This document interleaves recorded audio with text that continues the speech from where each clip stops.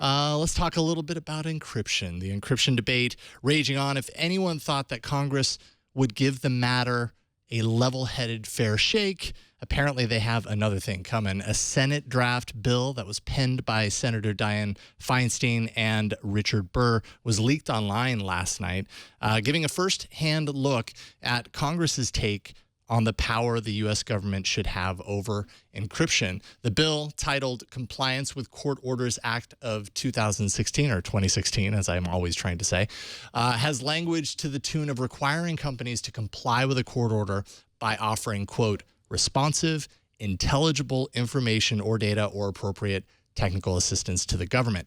It's important to note the usage of the word intelligible. That's a big reason why people are very up in arms about this leaked draft. Encrypted communication is, by its definition, not at all intelligible. That's what it is. It would be incumbent upon the company to provide that access when asked to do so, according to this bill.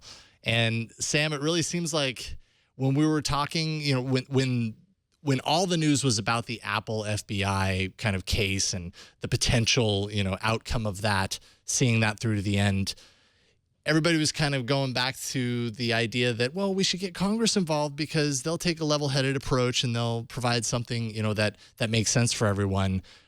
Here's Congress's approach. What do you think? Congress's approach has clearly been to not get the nerds on it. I believe that was the term that was used years ago in some other hearing about getting technology law in gear. This is a mess. In fact, Ars Technica, I'm not sure what story, if any, we're going to be running on this because it reads like utter nonsense, both from a technological perspective and from a law perspective. There's too much about this that would be hard to have proven on constitutional grounds and get all the way through, which is why the White House has already come out and publicly said that they would not endorse this bill. Now, the basics, I would love for you to dig in more on this. I've been a little crazy today, but it there looks like they're essentially making a lot of calls about leaving everything so wide open that it wouldn't be long until the United States was just hacked left and right in every single thing that we possibly use encryption for legitimate purposes.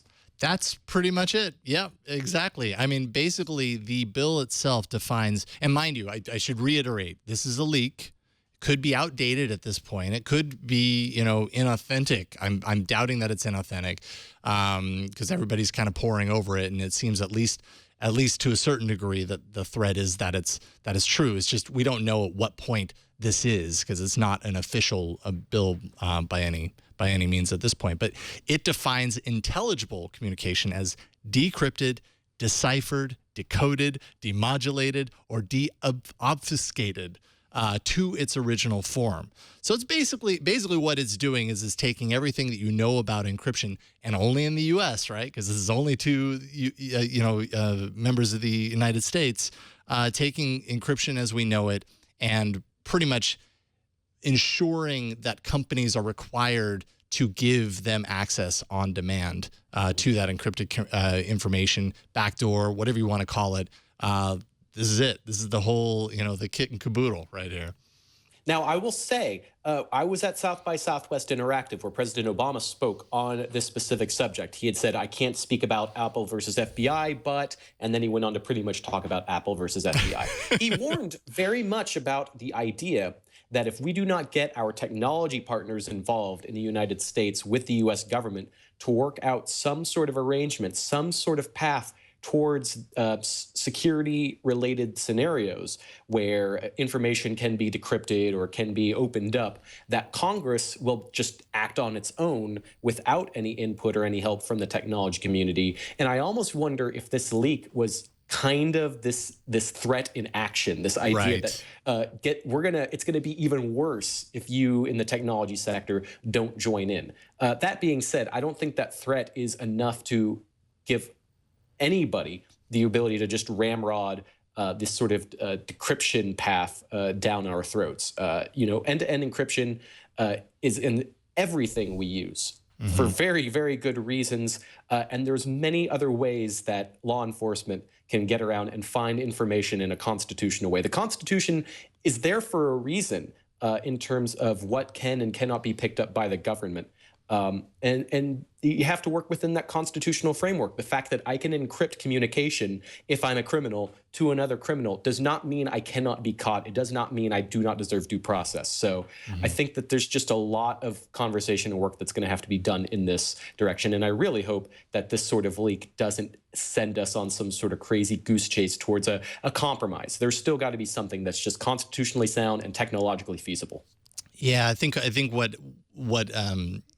what bothers me a little bit, I mean, well, there are many things that kind of bother me about what I've read about this in its current form. But, beyond that is kind of the implication that the U.S. is more secure by being less secure, even though the rest of the world is actually more secure. Basically eliminating encryption inside the U.S. only harms just the U.S. and everybody else is protected. No other country's going to do anything with that sort of push. Not at all. No, China's just going to be like, whatever. Yeah. Cool. Oh, totally. Russia's just going to wink at it. Yeah. It just feels very short-sighted, and I don't know what the the long-term economic kind of implications of that are too, because anyone outside of the U.S. knows, if this were to be the case, knows kind of the weakened security position inside the U.S. That can really have long-term financial negative effects.